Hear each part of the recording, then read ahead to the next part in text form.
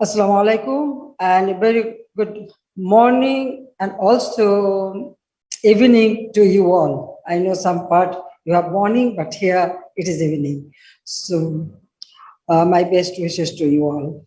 As the president of the Climate Vulnerable Forum, I welcome you all to the first Climate Vulnerable Finance Summit organized by Finance Ministers of Vulnerable 20, the V20. We are privileged to be the host of this summit and deeply honored by your presence.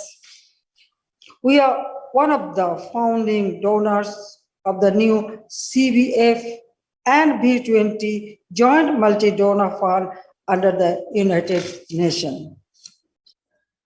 Today's launch of the Climate Vulnerable Forum V20 joint multi-donor fund shows our group's clear commitment and the support from Germany's Quadrature Climate Foundation and Sequoia Climate Fund to stand together in solidarity towards prosperity.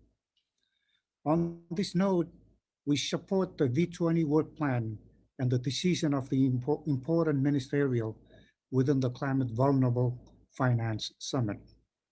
Ladies and gentlemen, thank you very much for addressing the crucial issue of climate finance in this setting and giving me the opportunity to speak on the topic. We are united in addressing the climate crisis with both ambitious mitigation and adaptation action and achieving the goals of the Paris Agreement.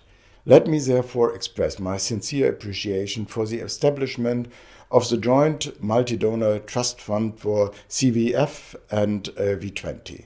As the German Ministry for the Environment, we are honored that we were involved in setting up this fund as an instrument for strengthened ambitions and to leverage much-needed additional support for limiting temperature rise.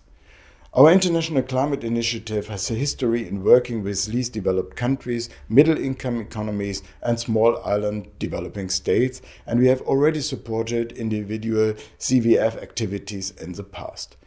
But the initiation of the multi-donor fund in December 2020 has now enabled the establishment of a permanent funding base. I would like to express my sincere appreciation for the vivid engagement of Bangladesh and all CVF Troika countries of the last years in setting up the fund. The Philippines, Ethiopia and the Marshall Islands have all worked tirelessly to make this happen. I truly hope that this fund will thrive in the future and that CVF member states and more donors find themselves in the position to contribute. Also, we much appreciate the engagement of philanthropy in the framework of this fund. Cooperation between governments and private financial institutions are urgently needed to combat climate change and the loss of our natural heritage. I would like to conclude by wishing you successful discussions today. We are delighted to be supporters of the Climate Vulnerable Forum and V20, and we want to do our part in helping vulnerable countries to make their voices heard and to put pressure on the decision makers who need to act with urgency to address the growing climate crisis. We are very pleased to be here today representing Sequoia Climate Fund in the launch of the long-awaited CVF and V20 joint multi-donor fund to support the development of climate prosperity plans and South-South cooperation.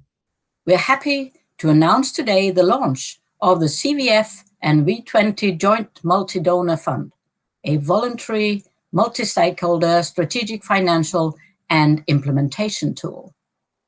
The fund will support the achievement of the Paris Agreement and the Sustainable Development Goals and accelerate climate action globally.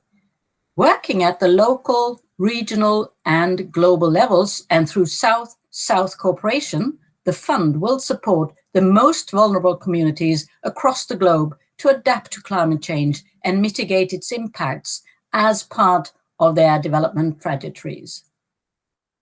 As the fund manager, UNOPS will tap into decades of experience in providing project and financial services to ensure the effective management and delivery of the fund and its activities in support of the CVF and V20 agenda.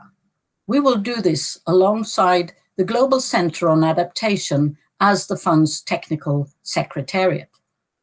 We appreciate the contributions made by the government of Germany, the People's Republic of Bangladesh, and the Republic of the Marshall Islands, which helped create this fund. I would also like to take this opportunity to encourage other UN member states and partners to consider joining this important initiative.